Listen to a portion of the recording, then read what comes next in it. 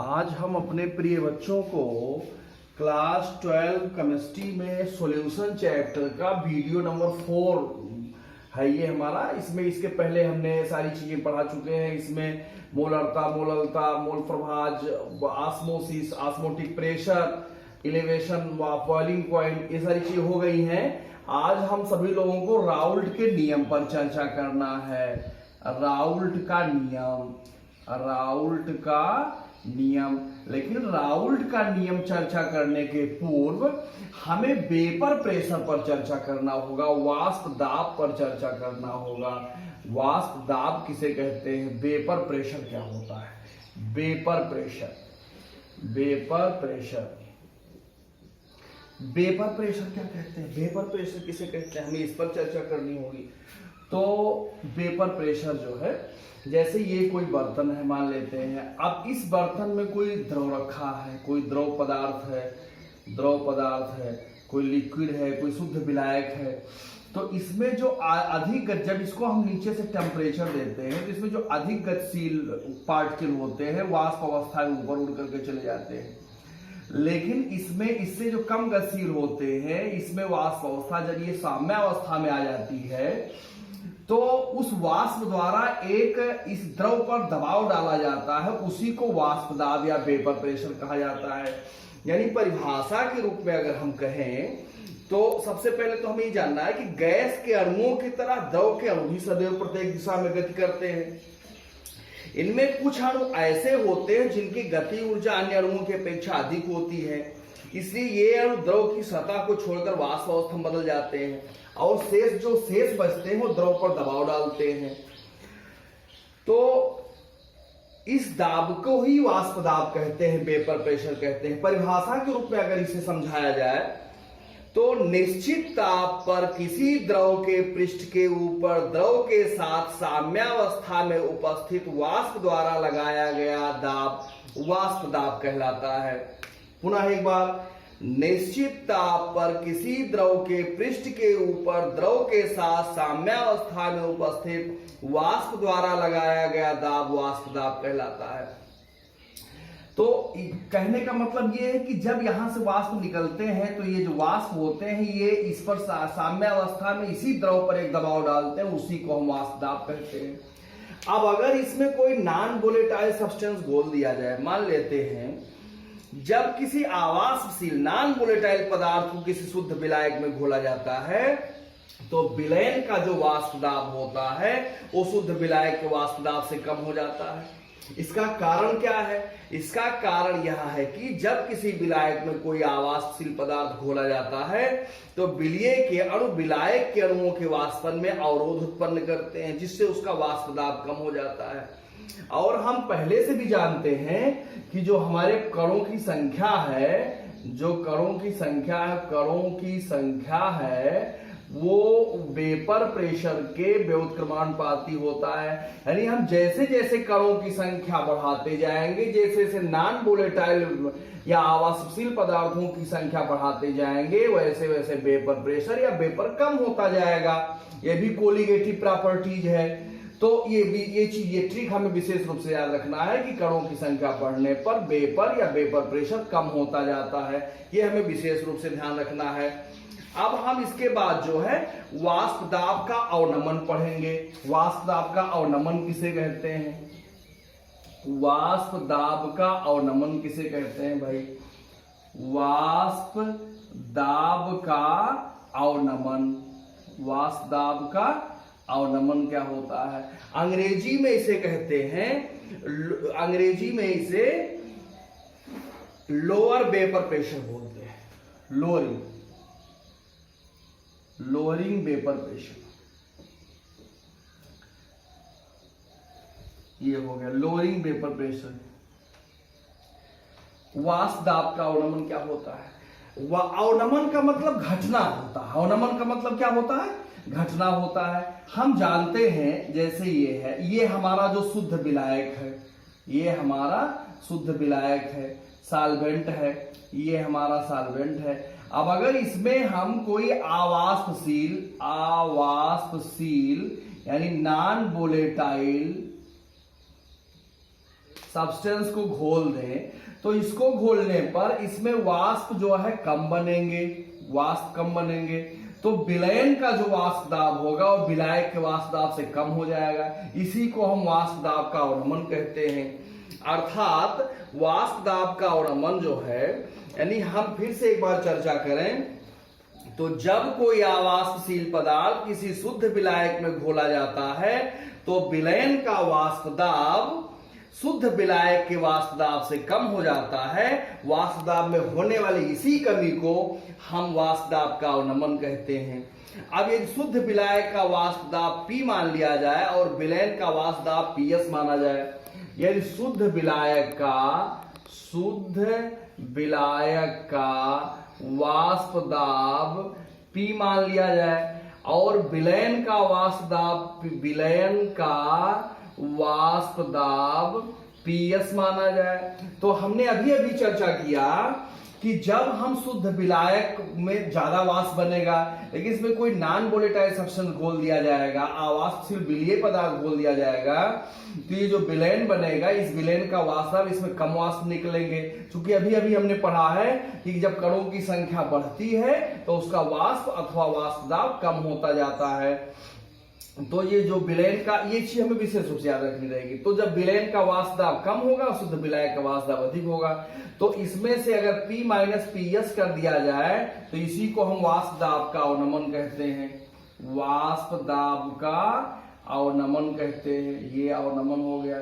यानी पूछा जाए वाष्प दाब का अवनमन किसे कहते हैं, लोअरिंग वेपर प्रेशर क्या होता है, तो आप बताओगे कि विलायक शुद्ध विलायक का वाष्प दाब और विलयन के वाष्प दाब के अंतर को वाष्प दाब का अवनमन कहते हैं। अब इसी में एक हेडिंग और जोड़ दिया जाए, वाष्प दाब का आपेक्षिक अवनमन। ये आपेक्षिक यहां कर दिया जाए। यहां वाष्प दाब का आपेक्षिक अवनमन किसे कहते हैं भाई, बड़ा आसान है। अब अगर वाष्प दाब का आपेक्षिक अवनमन की परिभाषा बतानी है तो इसी में जो है हम P से भाग दे दें, यानी वाष्प दाब के अवनमन और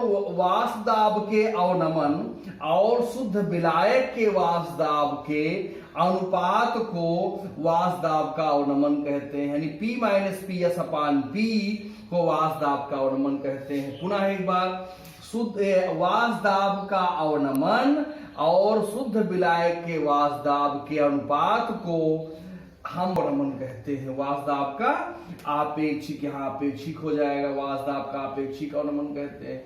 अब हम वाष्प दाब जान लिए, वाष्प दाब का अवनमन जान लिए, अब वाष्प दाब का आपेक्षिक अवनमन भी जान लिए। अब हमें चर्चा करना है राउल्ट के नियम पर।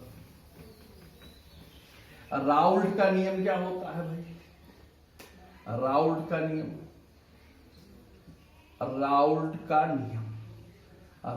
नियम किसे कहते हैं सर, 1887 ईस्वी में, 1887 ईस्वी में राउल्ट ने तनु विलयन के लिए, जिसकी सांद्रता बहुत कम हो ऐसे विलयनों के लिए एक नियम प्रतिपादित किया जिसे राउल्ट का नियम कहते हैं। तो किसी तनु विलयन के लिए इनका नियम है, इनके अनुसार किसी तनु विलयन के लिए वाष्प दाब का आपेक्षिक अवनमन उसमें उपस्थित विलीय के मोल प्रभाज के बराबर होता है। ये हो जाएगा P माइनस PS अपान P। ये वाष्प दाब का आपेक्षिक अवनमन है, ये विलयन में उपस्थित विलीय के मोल प्रभाज के बराबर होता है। यहाँ विलीय के मोलों की संख्या स्मॉल n है और विलायक के मोलों की संख्या n है। P यहाँ विलायक का वाष्प दाब है और PS हम जानते हैं, तो हम इसे ऐसा यहाँ लिख ले, जहां P जो है हमारा हो जाएगा विलायक का वाष्प दाब, विलायक का वाष्प दाब वेपर प्रेशर, और जो हमारा PS है ये विलयन, PS जो है ये विलयन का वाष्प दाब है, विलयन का वेपर प्रेशर है, और जो हमारा स्मॉल n है ये विलीय के मोलों संख्या है, विलीय के मोलों की संख्या है। कैपिटल N जो है विलायक के मोलों संख्या है, विलायक के मोलों की संख्या है। ये हो गया। अब अगर इसमें हम ये मान लें यदि small n plus n capital n के समतुल्य हो जाए तो हमारा ऐसे हो जाएगा p minus p s upon p equal to n बटे कैपिटल n हो जाएगा। अब स्मॉल n विलीय की मोनो संख्या है तो स्मॉल w बटे m हो जाएगा, स्मॉल w बटे m, और कैपिटल n का वैल्यू हो जाएगा कैपिटल w बटे कैपिटल m, इसका मान इसमें रख दिया जाए तो p minus p s upon p equal to small w बटे स्मॉल m बटे कैपिटल W बटे कैपिटल M। इसको आगे बढ़ाएं तो ऐसा हो जाएगा ये P minus p s upon P equal to small W बटे स्मॉल m, m कैपिटल ऊपर चला जाएगा तो यहाँ हो जाएगा कैपिटल M बट गुणे इस कैपिटल W। इस फार्मूले से हम सवाल का गणना करते हैं। अब हमें राउल्ट के नियम की सीमाओं का अध्ययन करना है, राउल्ट की लिमिट्स क्या है, राउल्ट के नियम की सीमा क्या है। तो यह जो है राउल्ट का नियम केवल तनु बेलनों के लिए ही प्रयुक्त किया जाता है। राउल्ट का जो नियम है वो आवाष्पशील विलीय पदार्थों के विलयनों में ही प्रयुक्त होता है। यदि विलीय वाष्पशील है तो वह विलयन का वाष्प दाब बढ़ा देगा और वाष्प दाब के अवनमन में विचलन भी उत्पन्न कर देगा। राउल्ट का नियम ऐसे विलीय पदार्थों के लिए प्रयुक्त नहीं होता है जो विलयन में वियोजित या संगुणित हो जाते हैं। वियोजित का मतलब जैसे NaCl है, अब NaCl टूट जाएगा Na पॉजिटिव Cl नेगेटिव में, तो ऐसे के लिए राउल्ट का नियम प्रयुक्त नहीं होता है। राउल्ट का नियम ऐसे विलयनों के लिए होता है जैसे C12H2211 सुक्रोज के लिए हो सकता है, सुक्रोज का जलीय विलयन। ये ग्लूकोज है C6H12 इसके लिए हो सकता है, ये यूरिया है NH2CONH2 इसके लिए हो सकता है। और जो आयनित हो जाते हैं, जो अपने अविभागों में टूट जाते हैं, उस पर राउल्ट के नियम लागू नहीं होते हैं। अब हम राउल्ट के नियम से संबंधित कुछ सवाल की चर्चा करेंगे। तो ये हमारा जो है वाष्प दाब से या राउल्ट के नियम संबंधित न्यूमेरिकल्स है। अब इसको हम किस प्रकार सॉल्व करेंगे इसको एक्सप्लेन करते हैं। 50 सवाल है हमारा, क्वेश्चन है 50 डिग्री सेंटीग्रेड पर जल का वाष्प दाब 92 मिलीमीटर है तो किसी पदार्थ के 18.1 ग्राम को 100 ग्राम जल में घोला गया। यदि प्राप्त विलयन का वाष्प दाब इसी ताप पर 87 मिलीमीटर हो गया हो तो उस पदार्थ के अनुभार की गणना कीजिए। अब इसमें क्या क्या दिया गया, पहले हम फार्मूला देख लें कौन सा लगेगा। P minus p s upon P equal to small W बटे स्मॉल m, और यहाँ हो जाएगा capital M into capital W।